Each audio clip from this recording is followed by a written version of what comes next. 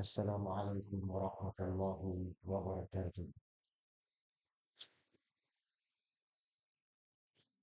إن الحمد لله نحمده ونستعينه ونستغفره ونتوب إليه ونعوذ بالله من شرور أنفسنا وسيئات أعمالنا. من يهده الله فلا مضل له ومن يضلل فلا هادي له. أشهد أن لا إله إلا الله وأشهد أن محمدا عبده ورسوله لا نبي ولا رسول بعده. اللهم صل وسلم على نبينا محمد وعلى آله وصحبه ومن تبعهم بإحسان إلى يوم الدين. يقول الله جل جلاله في القرآن العظيم: يا أيها الذين آمنوا اتقوا الله حق تقاته ولا تموتن إلا وأنتم مسلمون. اللهم انفعنا بما علمتنا وعلمنا ما ينفعنا وزدنا علما ينفعنا في الدين والدنيا والآخرة. يا حي يا قيوم برحمتك نستغيث وأصلح لنا شأننا كله ولا تكلنا إلى أنفسنا طرفة عين. اللهم إنا نسألك علما نافعا ورزقا طيبا وعملا متقبلا. اللهم إنا نسألك حسن الخاتمة ونعوذ بك من سوء الخاتمة. اللهم أصلح لنا الذرية والنية والعمل. اللهم يا ربنا جعلنا مقيم الصلاة ومن ذريتنا ربنا وتقبل دعاء. Para hadirin dan hadirat kaum muslimin dan muslimat rahimani rahimakumullah. Segala puji hanya milik Allah. Kembali dan senantiasa kita ucapkan alhamdulillah atas karunia Allah, atas taufik Allah, atas hidayah yang masih Allah Subhanahu wa taala tetapkan dalam hati-hati kita semua. Atas nikmat Islam, nikmat sunnah, nikmat mengenal agama Allah dan menjalankan ketaatan kepada Rasulullah sallallahu alaihi wasallam, yang semoga Allah Subhanahu wa taala akan senantiasa tetapkan di dalam diri kita, dalam hati kita, hingga kita menjemput ajal kita di hadapan Allah Subhanahu wa taala. Salam dan salam semoga senantiasa terkirimkan kepada baginda Rasulullah sallallahu alaihi wasallam. Allahumma salli ala nabiyyina Muhammad wa ala alihi wa sahbihi wa barik wa sallim. Ayuhal ikhwah, materi kita pada malam hari ini adalah mulakhas ta'zim al-ilm. Ringkasan daripada kitab Ta'zim al-ilm. Ta'zim yang artinya pengagungan. Al-ilmu adalah ilmu. Yang kitab ini sangat bermanfaat untuk kita semua tanpa terkecuali. Baik yang sudah belajar lama atau yang baru mau belajar tentang agama, baik mereka yang muda ataupun yang tua. Sejatinya semua insan di atas muka bumi ini butuh atas ilmu yang ditulis oleh muallif, penulis di dalam kitabnya tersebut yang Allah berkahi. Dan setelah kita kaji dan sampaikan beberapa penjelasan tentang perkara-perkara bagaimana seseorang bisa sampai kepada mengagungkan ilmu, dan sudah kita jelaskan panjang lebar beberapa poin tentang ta'zim al-ilm.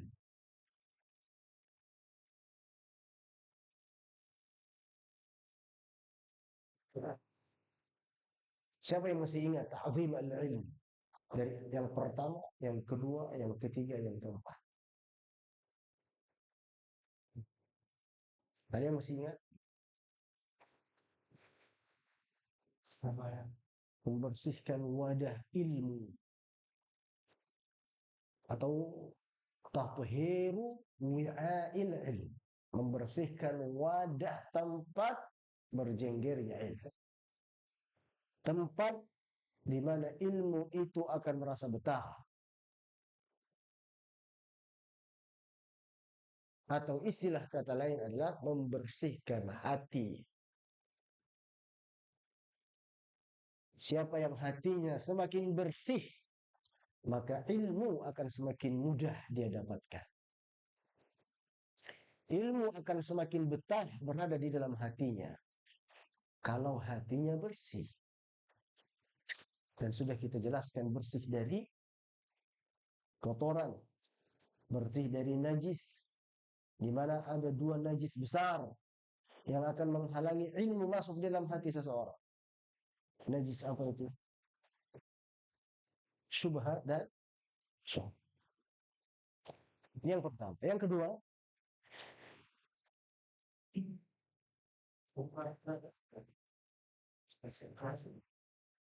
ya, ikhlas niat, mengikhlaskan niat. Kenapa posisi yang pertama tadi membersihkan hati? Kemudian yang kedua adalah mengikhlaskan niat. Kenapa bukan ikhlas niat terlebih dahulu? Barakallahu fiik. Karena niat itu bisa ikhlas ketika tempatnya bersih. Niat baik itu bisa masuk ketika tempatnya bagus, ketika tempatnya suci. Karena niat ikhlas adalah sesuatu perkara yang bersih, yang suci, yang mulia, yang merupakan fondasi utama diterimanya amal ibadah. Maka tempatnya pun harus bersih, wadahnya pun harus suci, yaitu hati seseorang. Nah, ini yang kedua. Yang ketiga,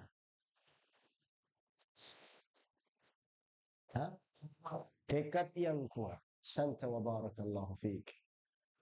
Yang ketiga adalah di antara poin penting atau maqidus salis, simpul yang ketiga yang harus difahami setiap manusia yang ingin dapat ilmu. Jam'u himmatin nafsi alaihi, mengumpulkan tekad yang kuat pada dirinya untuk mendapatkan ilmu. Artinya apa? Ilmu tidak bisa didapatkan dengan santai-santai. Ilmu tidak bisa didapatkan dengan tekad yang lemah. Tidak ada ghirah sama sekali.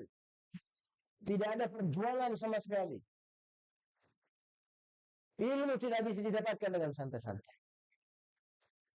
La yunalul ilmu bira'atil jasad. Sebagaimana dalam sebuah ungkapan. Ilmu tidak akan bisa diraih dengan badan yang istirahat. Belajar itu capek gak? Nah, capek ya? Ada orang pernah bilang, mending saya pergi ke kebun nebas rumput daripada belajar. Kenapa? Belajar itu capek. Antum belajar 2 jam, 3 jam terus menerus. Panas otak. Memang berkeringat, tapi beban rasanya berat.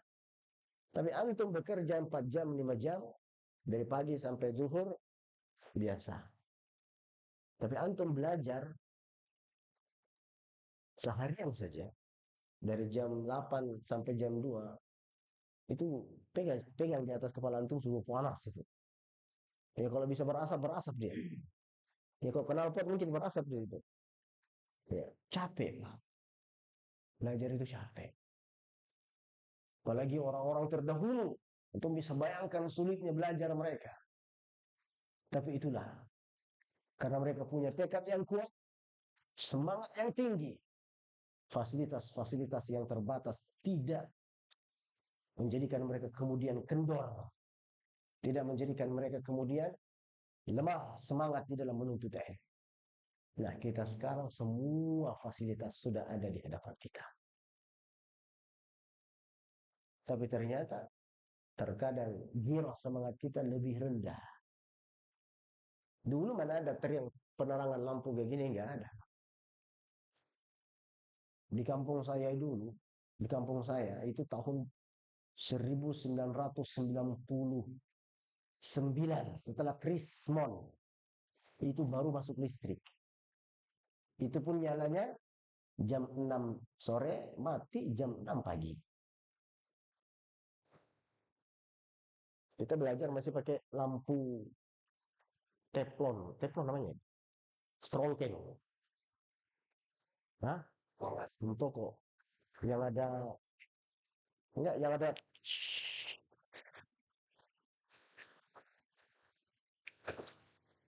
dah, apapun namanya. Itu sebagai itu, Pak. Strongken. Pakai spiritus. Harus dipancing dengan minyak spiritus, ya. Masih pakai pelita sumbu. Kita belajar. Apalagi orang-orang itu dulu semangat.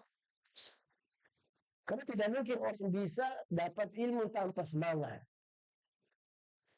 Karena kita hidup di dunia ini penuh dengan godaan dan was-was. Digoda dikit, gak usah lah kajian apa ya. Istirahat di rumah, kamu udah capek seharian bekerja. Kamu dari pagi bekerja banting tulang sampai jam 5 sore. Habis maghrib masa mau bekerja lagi. Banyak hal. Terus dengan begitu kita kendor. Ya. Makanya ini penting untuk kita pelajari. Tidak akan bisa dapat ilmu dan ilmu tidak akan pernah mulai tenang di dalam pikiran dan dalam hati seseorang kecuali harus dibarengi dengan simpul-simpul ini. Yang pertama tadi adalah bersihkan tempat ilmu, yaitu hati. Selalu barengi dengan istighfar. Selalu barengi dengan perbuatan buruk, kemudian berbuat baik. Selalu hukum diri kita ketika kita lalai. Tadi saya berbuat begini. Hukum dia. Dengan apa? Ganti berbuat baik lebih banyak. Kemudian apa tadi? Yang kedua adalah niat yang ikhlas karena Allah. Jangan ada pernak-pernik tujuan yang lain kecuali untuk Allah. Sudah saya sampaikan juga sampai panjang lebar kemarin. Kalau Anda tujuannya selain Allah, Anda akan mundur di tengah jalan. Itu pasti itu. Karena orang bisa melanjutkan perjuangan terus sampai titik nol, sampai dia berhasil atau tidak. Yang pasti dia teruskan perjuangannya, itu disebabkan karena ada ikhlas. Tujuan yang jelas, yang nyata, bukan untuk dunia, bukan untuk manusia, tapi untuk mengejar ridho Allah Subhanahu wa Ta'ala. Sementara ridho Allah baru bisa kita nyatakan ketika kita sudah menginjakkan kaki pertama di dalam surganya Allah Subhanahu wa Ta'ala. Jadi kapan selesai ikhlas itu? Sampai Anda masuk surga. Itu tujuan utamanya. Karena kalau bukan ikhlas yang kita dari belakang, bukan tujuan Allah, bukan tujuan surga, disenggol sedikit, tumbang. Ngomongin sedikit, langsung ciut. Dipuji sedikit, langsung besar kepala. Tumbang. Maka selalu perbaiki niat. Karena itu adalah modal utama untuk beramal. Modal utama untuk terus melanjutkan perjuangan. Kemudian yang ketiga, yang keempat adalah al-maqsud ar-rabi' sarful himmati fihi ila ilmi al-Qur'an was sunnah. Yaitu hendaknya mengumpulkan himmah. Apa itu himmah? Sudah kita kaji kemarin, himmah. Tekad. Ya, himmah itu adalah tekad. Maka ada salah satu kitab bernama Ulumul Himmah. Tekad yang kuat. Antum baca itu. Mudah-mudahan sudah ada terjemahannya. Antum akan geleng-geleng kepala melihat bagaimana perjuangan orang-orang salafus saleh dalam berilmu, dalam belajar, dalam beribadah. Hampir-hampir nggak masuk akal kita.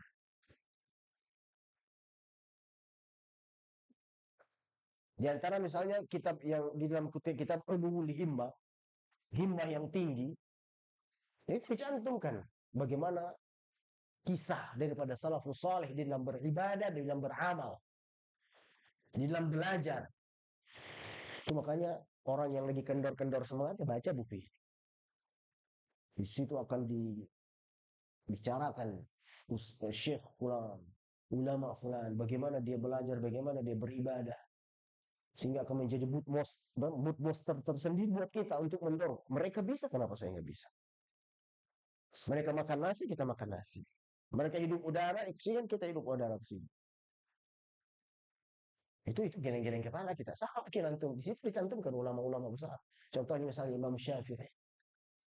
Imam Syafi'i ketika di bulan Ramadan menghatamkan Al-Quran berapa kali? Hah? 60 kali. Hah? Sehari 2 kali. Ya nggak tahu sehari 2 kali, yang penting 60 jumlahnya selama Ramadan. Kencang ya? Coba himmah. Atau masuk akal nggak kira? Kadang-kadang kita, 60. 60. Dia hafal Quran soalnya. Dia hafal Quran soalnya. Ya banyak yang hafal Quran belum tentu situ. Betul. Banyak yang hafal Quran. Iya. Tapi bisa nggak kira-kira sampai 60 kali dia khatamkan Al-Quran? Butuh waktu, Pak. Untuk baca Al-Quran satu juz berapa jam? Mungkin 1 jam lah ya. Nah, beliau berarti berapa jam butuhnya untuk menghatamkan Al-Quran? 7 jam selesai khatam Al-Quran. Mampu? Bukti. 7 jam bisa khatam Al-Quran. Berarti nggak makan, nggak minum, nggak makan siang kan puasa kan? Nggak ada tidur berarti. Kalau 2 kali, berarti dia misalnya 7 jam satu Al-Quran. Kalau 2 kali khatam berarti butuh berapa jam? 14 jam. Itu baru baca Qurannya. Kita tidurnya berapa jam? Mungkin tidurnya justru 14 jam ya. Itu salah satu contohnya ya. Baik. Jadi mengumpulkan semangat untuk ilmu yang berasal dari Al-Quran dan As-Sunnah. Ini antara simpul untuk mengagungkan ilmu itu sendiri.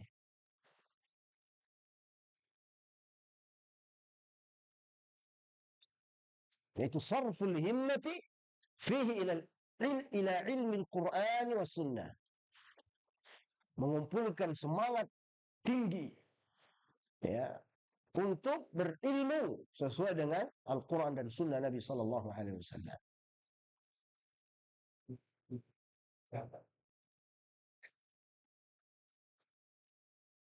Ya, jadi sebelumnya kita dianjurkan untuk apa? Semangat, ya, untuk semangat. Jadi yang sebelumnya itu adalah semangat untuk belajar. Nah yang sekarang apa?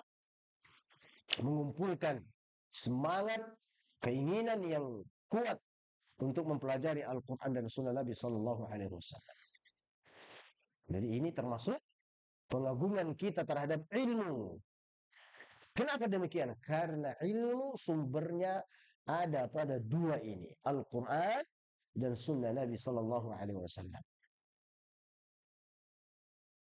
Maka siapa yang mau mengagungkan ilmu, maka dia harus memiliki perhatian khusus, perhatian besar untuk mempelajari Al-Quran dan Sunnah Nabi Sallallahu Alaihi Wasallam.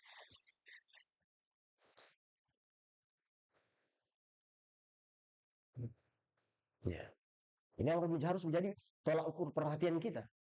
Karena banyak orang sebagian ketika dia baru mau mulai belajar, mau mulai hijrah katanya, ya, dan mau mulai mengenal agama lebih dalam,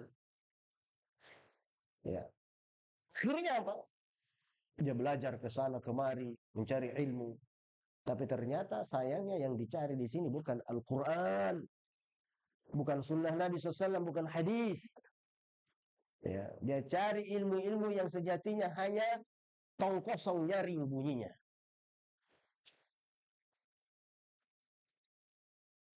Tong kosong nyaring bunyinya. Suaranya bagus, menggelegar. Kalau dia belajar orang-orang yang retorikanya bagus, tapi nol dari pengamalan terhadap Al-Quran dan Sunnah Nabi Sallallahu Alaihi Wasallam. Banyak orang seperti itu. Teman-teman mau hijrah yang paling utama adalah belajar tentang Al-Quran dan Sunnah. Anda hadiri ilmu, Anda hadiri majelis ilmu yang mengajarkan tentang qala Allah wa qala Rasul. Karena apa? Sumbernya ilmu pada dua ini. Jangan hijrah. Hijrahnya cari ilmu tentang apa? Apa misalnya Bang Iman? Hah? Bisnis. Enggak, itu masih belum hijrah itu. Itu masih bisnis sebelum hijrah. Cari ilmu tentang filsafat, oke. Enggak, itu terlalu ekstrim kalau filsafat. Terlalu ekstrim.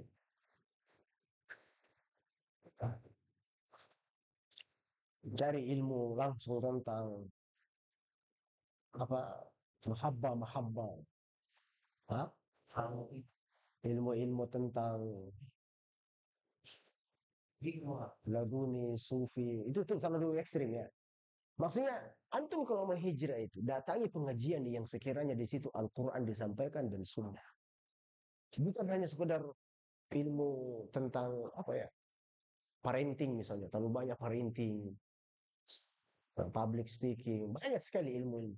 Jangan perhatian ke situ dulu. Kokohkan dulu, datangi dulu Al-Quran, Sunnah, materi-materi kajian ilmu. Ya, apalagi sampai ya, banyak majelis-majelis yang nggak sama sekali ada bobotnya.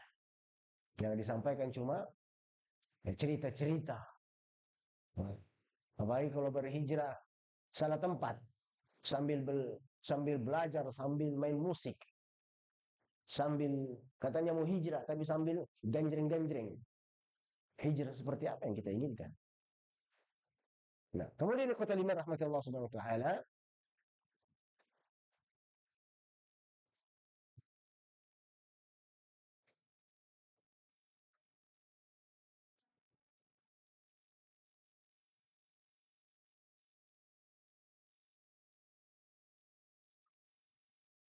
sebagian orang mengatakan terlalu ekstrim kalau pengajian-pengajian sunnah. Dibahas tauhid lagi, dibahas akidah. Ya. Justru di situlah letak ilmu. Ya. Justru disitulah arti daripada ilmu yang sesungguhnya. Ada sebagian orang menganggap misalnya, kalau saya belajar tafsir Al-Quran atau belajar hadis, kapan saya dapat ilmu? Ya. Saya ingin belajar fikih. Ya. Saya ingin belajar usul fiqh. Saya ingin belajar mustalah hadis. Memang itu bagus, tapi belum saatnya. Tauhid kita belum bagus.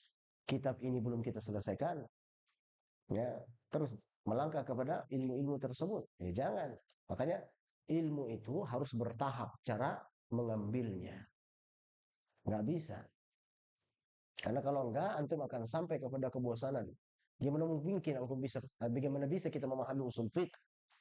Ya, kalau kita nggak belajar tentang ayat-ayat Al-Quran, ayat ini, hadis itu, nggak bisa.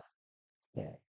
Maka harus prioritas utama ketika mau belajar, mau berhijrah adalah belajar Al-Quran. Termasuk juga membacanya seperti apa. Ya. Membacanya, tajwidnya, makhrajnya. Ya. Jangan dibalik. Makanya saya selalu nasihati teman-teman. Ya. Perhatian terhadap perbaikan bacaan Al-Quran. Anda harus perhatian di sini. Saya sudah tua. Saya sudah sulit untuk menyebutkan huruf-huruf tepatnya.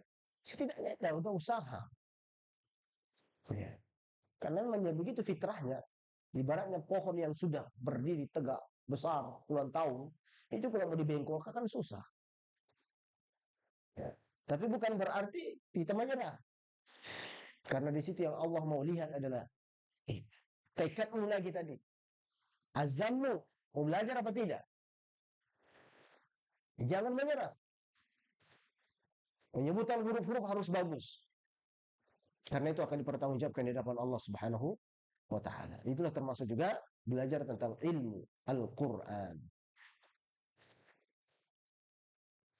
Inna kulla ilmin nafi'in maradduhu ila kalamillahi wa kalami Rasulillah SAW. Kemudian beliau mengatakan, penulis rahimahullah atau hafizahullah, ketahuilah bahwa setiap ilmu yang bermanfaat itu sebenarnya kembalinya kepada ucapan Allah dan ucapan Nabi-Nya sallallahu alaihi wasallam. Jadi seluruh ilmu yang bermanfaat itu kembalinya kepada dua hal ini, yaitu kalamullah dan qaulun Nabi sallallahu alaihi wasallam, perkataannya Nabi sallallahu alaihi wasallam atau sabda-sabdanya. Wa baqil ulum imma khadimun lahuma fayukhadhu minhu ma tatahaqqaq bihi al-khidmah aw ajnabiyyi anhuna fala yadurru al-jahlu bihi. Coba ini perhatikan. Ya. Beliau mengatakan tadi, seluruh ilmu yang bermanfaat itu kembalinya kepada Al-Quran dan Sunnah. Ya. Adapun selain daripada Al-Quran dan Sunnah, artinya ada cabang-cabang ilmu yang lain, itu terkadang penting, yang berfungsi untuk menopang supaya kita bisa lebih memahami Al-Quran dan Sunnah. Dan itu tidak masalah, baik untuk kita pelajari. Seperti ilmu apa? Ilmu bahasa Arab. Ya. Ilmu apa lagi? Untuk memahami Al-Quran. Ilmu tafsir. Intinya ilmu bahasa Arab. Ilmu bahasa Arab ini aja udah banyak sekali ilmunya, Pak.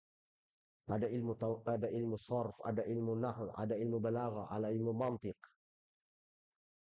Nah, Bapak-bapak sudah sampai yang mana nih? Hah? Nah.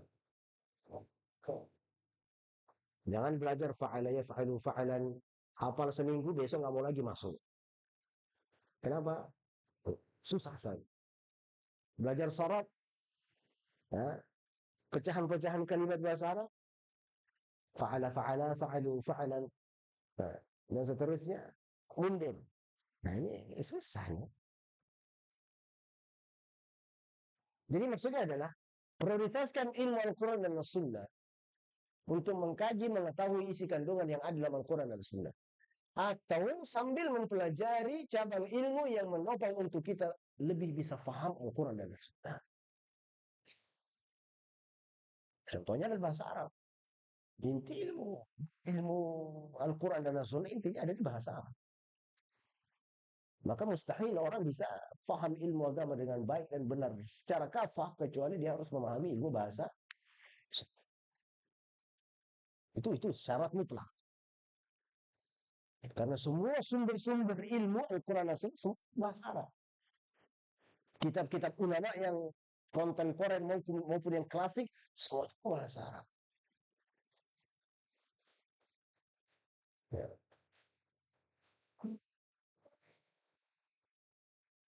Kemarin ada ikhwah datang ke pengajian yang ada di Masjid Nabawi.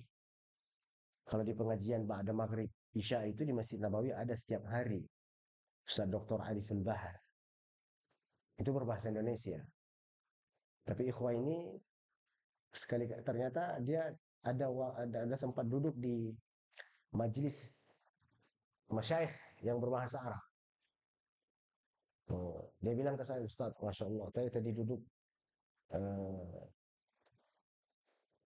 di majelisnya Syekh, tapi nggak tahu siapa ya. Tapi intinya saya sempat terharu dan mau nangis rasanya, Ustaz. Oh, Masya Allah. Saya tanya, kenapa mau nangis? Nggak paham semua. Tahunya cuma pahamnya innalhamdulillah nahmaduhu wa nasta'inuhu wa nastaghfiruh. Selainnya nggak tahu ngomong apa itu, saya nggak paham. Sedih saya, Ustaz. Oh, sakit pun. Paham arti bapak ini sedih. Isinya kandungannya paham. Ternyata sedih mau nangis karena nggak paham sama sekali. Saya bilang nggak apa-apa. Bapak sudah dapat pahala, sudah dapat berkahnya ilmu. Ya, setidaknya termotivasi lagi untuk terus belajar. Insya Allah. Nah, jadi ya intinya adalah ilmu Al-Quran dan As-Sunnah. Dan itu penting untuk kita pelajari daripada cabang-cabangnya yang lain. Ya. Nah, kemudian ikhwatal iman rahmatullah subhanahu wa ta'ala,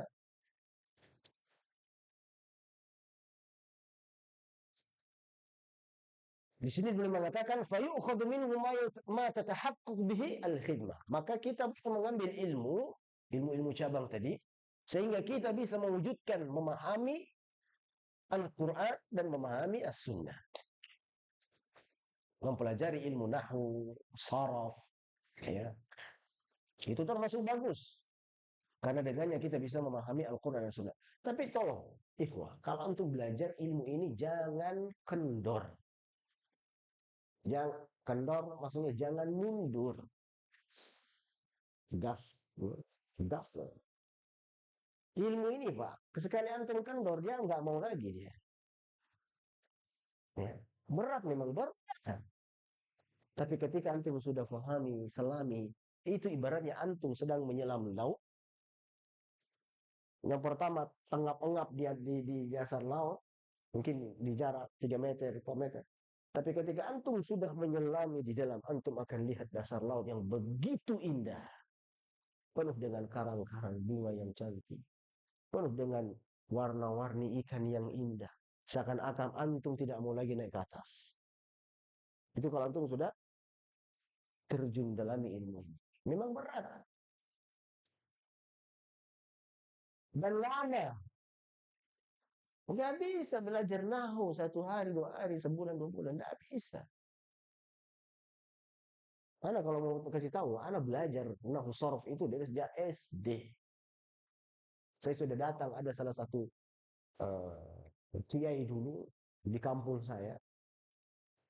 Pulang dari Mekah belajar, saya datangi. Kita datangi rumahnya untuk belajar. Ya, kata bayaktubu katban wa huwa katibun wa dzaka maktubun. Itu sudah hafal dari SD. Fa'ala fa'ala fa'alu fa'alan sarf. Dari SD kita belajar. Sampai di kelas kuliah masih belajar. Masih belajar nahu. Itu kadang masih harus teliti. Oh, ternyata tulisan saya, perkataan saya tergelincir dalam nahunya. Coba ya. Nah, kita mau belajar nahu sebulan, 2 bulan. Ustaz nggak datang sekali sudah kendor. Antum nggak datang sekali, 2 kali absen. Aduh Ustaz, saya nggak paham sudah. Nggak bisa. Tapi ya, kita maklumilah. Karena memang untuk ilmu itu berpengaruh dengan faktor U. Faktor U. Faktor apa maksud U? Hah?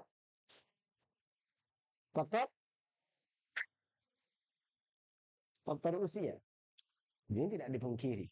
Makanya ada ungkapan sebagai ulama, belajar di waktu tua sama seperti belajar mengukir di atas air. Belajar di waktu muda, maka sama seperti kita mengukir di atas bak, tidak akan hilang. Antum usia 60 tahun, 50 tahun belajar fa'alu fa'alan. Di masjid hafal. Satu langkah keluar dari masjid, apa tadi? Hilang sudah. Itu sudah sunnatullah. Makanya setidaknya antum punya anak-anak, kerahkan untuk terus belajar. Ya. Belajar terus. Cukup bapak yang sudah susah, sudah tua, baru mau belajar. Nah, waktu belajar. Biar bapak cari duit. Yang penting kamu masuk pesantren, belajar sekuat-kuatnya. Itu Pak. Dan kita merasakan sendiri. Kalau sudah umur 60, 50 tahun, mungkin ya sudah. Jangan 50, tapi sekarang yang sudah hampir di angka 4, sudah. Beda waktu kita di masa di 20, semangat belajar 2 kali, 3 kali, baca sudah hafal. Sekarang, subhanallah. Nah, kemudian khotbah rahmatullah subhanahu wa ta'ala, kemudian beliau mengatakan, wa ma ahsana qawla Iyadin al-Yahsubi fi kitabih al-Ilma'. Dan sungguh baik ucapan seorang ulama Iyad al-Yahsubi namanya. Dalam kitab beliau bernama Al-Ilma'. Apa kata beliau? Al-ilmu fi aslaini la ya'duhuma. ilmu itu ada dalam dua pokok. Tidak melewatinya kecuali orang yang sesat. Ya. Ilmu itu ada dalam dua pokok. Tidaklah orang menyanyiakan melewatinya kecuali dia akan sesat dari jalan yang jelas.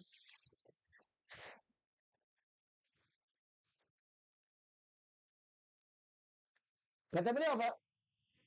Ilmu kitab wa ilmu athar. Yaitu ilmu yang ada di dalam Al-Quran dan juga ilmu yang ada di dalam sunnah. Allati usnidat an tabi'in an sahibin. Ya. Di mana ilmu ini atau ilmu Al-Quran dan ilmu Al-Hadis disandarkan dari seorang tabi'in, dari seorang sahabat, melalui sabda-sabda Nabi, hadis-hadis yang datang keluar dari mulut Nabi sallallahu alaihi wasallam.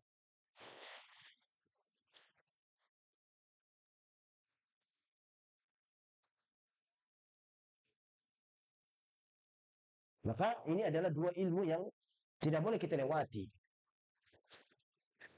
Al-Quran dan As-Sunnah. Wa qad kana hadha huwa ilmu salafi alaihim rahmatullahi alaih. Dan sungguh dua ilmu ini adalah merupakan ilmu salaf.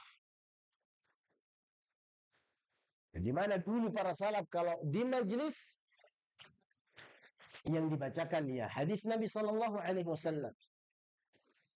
Ya, haddatsana fulan, qala haddatsana fulan. Ya. Sampai kepada kami fulan berkata, fulan meriwayatkan dan seterusnya. Thumma kathura al-kalamu ba'dahum fima la yanfa'. Yang kemudian muncullah ilmu-ilmu yang lainnya yang kemudian tidak bermanfaat. Fal-ilmu fi salafi akthar wal kalamu fi man ba'dahum akthar. Adapun ilmu di masa para salafus saleh itu lebih banyak tapi ucapan mereka sedikit. Artinya apa? Mereka tuh kebanyakan biasanya adalah baca hadis, riwayat, karena mereka kan paham bahasa-bahasa mereka. Nah, kalau antum kita bacakan hadis ini pakai bahasa Arab tanpa ada penjelasan pakai bahasa Indonesia. Nah, kira-kira setelah 10 menit ngapain? Tidur ya. Tidur. Pakai bahasa sendiri aja kadang masih tidur. Pakai bahasa Indonesia saja masih terganggu-ganggu. Bagaimana kalau saya berbahasa Arab dari awal sampai terakhir? Pernah saya mau buat program, isi kajian, isinya bahasa Arab. Biar yang datang itu adalah orang yang sudah pintar bahasa Arab atau yang mau belajar bahasa Arab. Biar dia paham. Yang mau belajar ini biar dia paham. Termotivasi. Waduh pentingnya bahasa Arab. Kenapa? Nggak tahu saya apa Ustaz yang mau dari tadi itu. Ya, itu penting. Ya pernah saya. Tapi takutnya ya saya kajian pakai bahasa Arab yang datang cuma mungkin satu orang, dua orang yang datang, yang lainnya nggak tahu kenapa. Ya, nggak tahu apa-apa. Jadi subhanallah. Maka di sini dikatakan ilmu para salafus saleh itu adalah qala Rasul an fulan haddatsana itu. Namun setelahnya apa? Datanglah ilmu-ilmu yang hanya berbicara. Banyak retorika yang nggak jelas. Tidak mendatangkan ayat, tidak mendatangkan sabda Nabi. Apalagi pengajian-pengajian tentang isinya adu domba. Sekarang seperti begitu. Orang kajian isinya cuma adu domba. Menghardik pemerintah, menghardik fulan. Akhirnya apa? Sesama mereka yang berantem. Kelompok fulan sesat. Ya, sama sekali gak ada itu. Kalau Allah berfirman seperti ini, maknanya seperti ini, manfaatnya, faedahnya seperti ini. Kalau Rasul tidak ada, subhanallah. Ya. Maka bisa kita bedakan bagaimana kondisi keadaan majlis antara salafus saleh terdahulu dengan orang-orang yang ada datang di akhir-akhir zaman. Sudah masuk Isya? Baik, azan dulu. Fadal.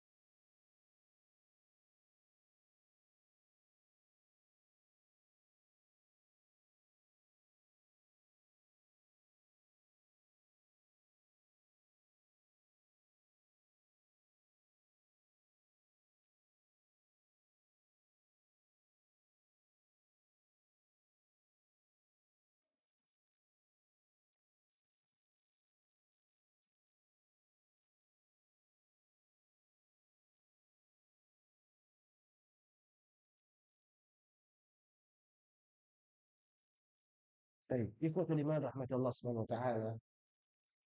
Jadi ini adalah simpul atau poin penting yang kelima yang harus kita pahami untuk mengagungkan ilmu itu sendiri.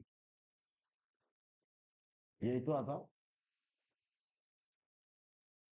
Mengumpulkan himmah ya untuk mempelajari, mengilmui apa yang berasal dari Al-Quran dan sunnah Nabi kita sallallahu alaihi wasallam. Nah, kemudian ada ungkapan beliau sang penulis hafizahullah ta'ala. Beliau mengatakan Hamad bin Zaid pernah berkata, "Qultu li Ayyub asy-Sikhtiyani." Aku berkata kepada Ayyub asy-Sikhtiyani. Siapa yang berkata? Hamad bin Zaid. Kata beliau, al-ilmu al-yawm akthar atau fima taqaddam. Jadi Hamad bertanya kepada Ayyub asy-Sikhtiyani. Pertanyaannya adalah, wahai imam,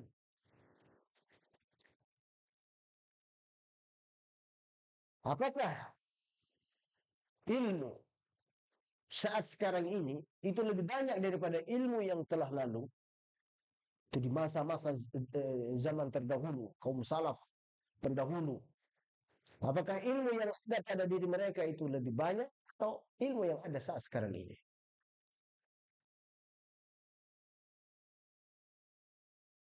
Maka apa jawaban daripada Ayyub asy-Sikhtiyani? Beliau mengatakan al-kalamul yawm aktsar atau al-kalamul yawm aktsar. ucapan atau perkataan-perkataan orang saat sekarang ini itu lebih banyak daripada ilmunya. Sebaliknya orang-orang terdahulu itu ilmunya lebih banyak daripada hanya sekedar ucapan. Itu yang menjadikan perbedaan antara dulu dan sekarang. Wal ilmu fima taqaddama aktsar. Adapun ilmu yang ada di zaman dahulu itu lebih banyak. Adapun sekarang yang banyak itu adalah ucapan manusia. Tapi ilmunya sedikit. Tentu sadar apa enggak? Yang dulu mungkin kita masih pernah dalam kondisi enggak faham. Mana majelis yang baik. Mana majelis ta'lim. Mana majelis ilmu yang punya bobot.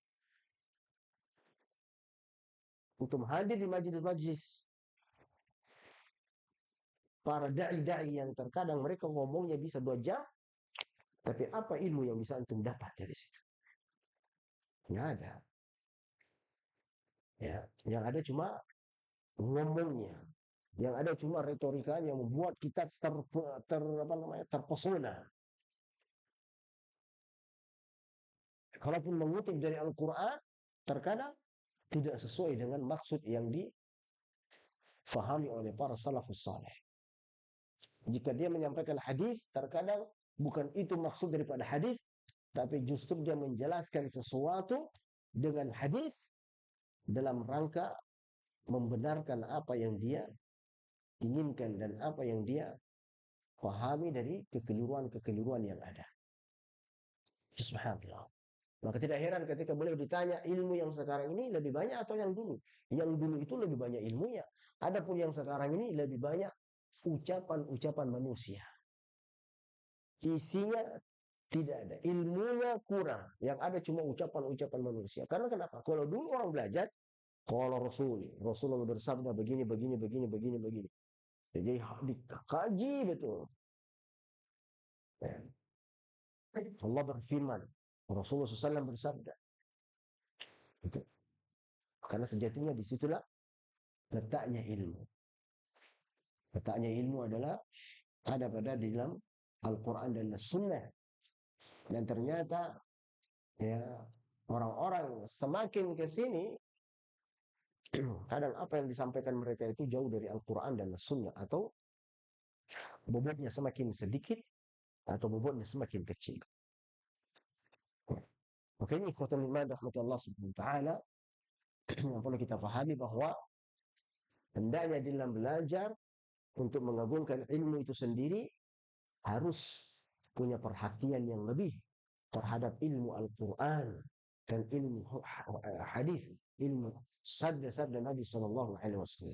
Ketika ada pengajian yang di situ dibahas Al-Quran, tafsir, datangi, kaji, dibahas akidah yang landasannya adalah Al-Quran dan hadis, datangi. Di situ dibahas tentang fikih yang kajiannya adalah kitab yang kemudian dia pondasinya adalah hadis. Nabi SAW bersabda demikian. Ini yang bisa diambil dari faedah-faedah fikih. Ini yang penting. Ya, bukan kajian yang apa maksudnya tidak ada. Makanya kita katakan bahwa kajian rutin itu adalah yang paling afdal. Jelas di sini? Pengajian yang rutin itulah yang lebih afdal. Meskipun ustadz yang menyampaikannya mungkin tidak terlalu setenar ustadz yang lain. Memang Tabligh akbar, pengajian daurah, ya itu paling penting. Tapi ketahuilah, pengajian yang rutin yang di situ dirunut mempelajari Al-Quran dari ayat sekian, ayat sekian, itulah yang lebih afdal. Namun sekarang penuntut ilmu beda cara berfikirnya dalam belajar. Memang giliran tabligh akbar datang nggak pernah absen. Tapi giliran kajian-kajian rutin, kemana? Padahal inilah yang mengokohkan. Di sinilah yang mengokohkan.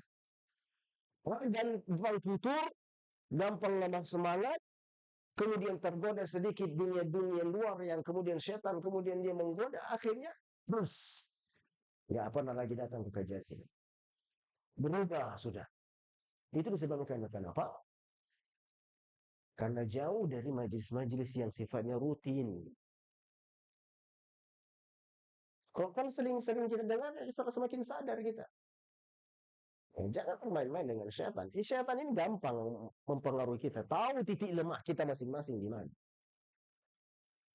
Titik lemah fulan ini, dia harus dilarang itu kekejian. Dia nggak boleh sering-sering kekejian. Kalau sering-sering kekejian, semakin kuat dia, semakin bagus. Digodalah di situ. Sehingga apa? Terbawa arus. Maka ikut lima rahmat Allah Subhanahu wa taala. Ya. Pelajari. Minimal kita punya jadwal rutin, runut. Setiap pekan saya harus hadir di majelis fulan, di masjid fulan. Itu 3 kali, 4 kali. Kalau bisa setiap hari. Kalau sekarang kenapa enggak? Kalau ulama dulu itu hadir di majelis ilmu setiap harinya 8 majelis. Paling minimal. Majelis fulan datang, majelis fulan datang, majelis fulan datang. Itu mereka.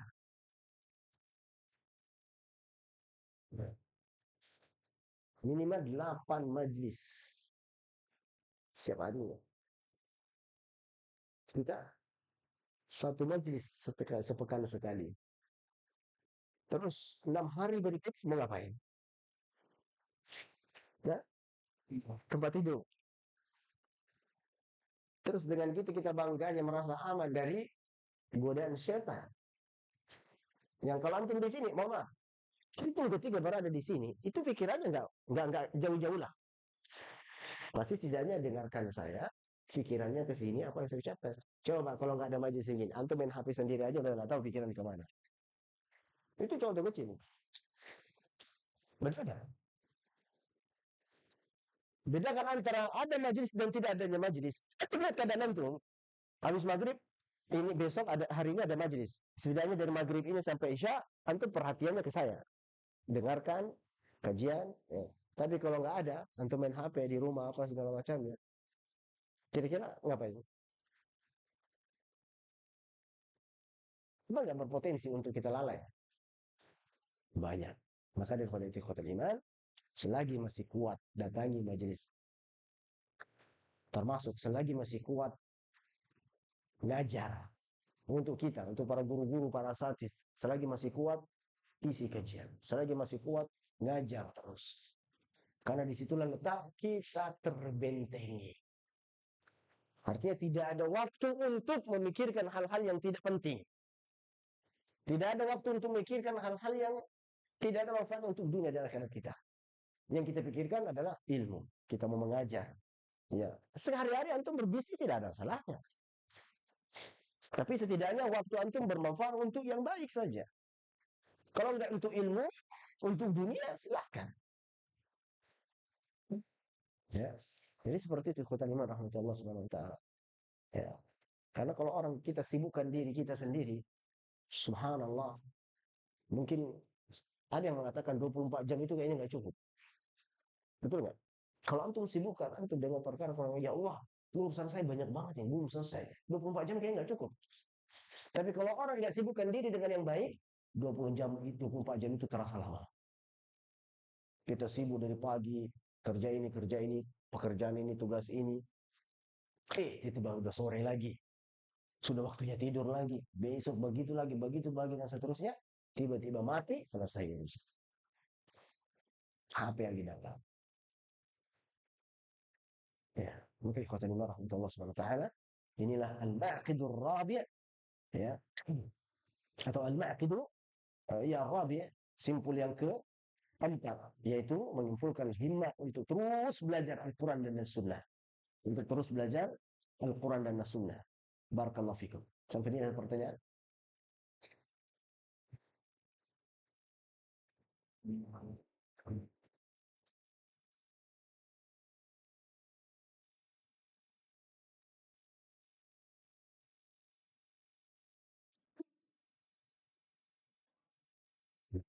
Berikutnya insya Allah kita akan masuk simpul yang kelima dan kita akan sampaikan pada pertemuan yang akan datang, yaitu menempuh jalan yang menyampaikan kepada ilmu. Sulukul jaddatil musilati ilaihi. Ya, itu menempuh jalan dengan sungguh-sungguh untuk sampai kepada ilmu. Barakallahu fikum. Subhanakallahumma wa bihamdika asyhadu an la ilaha illa anta astaghfiruka wa atubu ilaik. Wa sallallahu wa sallama ala nabiyyina Muhammadin wa ala alihi wa sahbihi wa sallam. Assalamualaikum warahmatullahi wabarakatuh.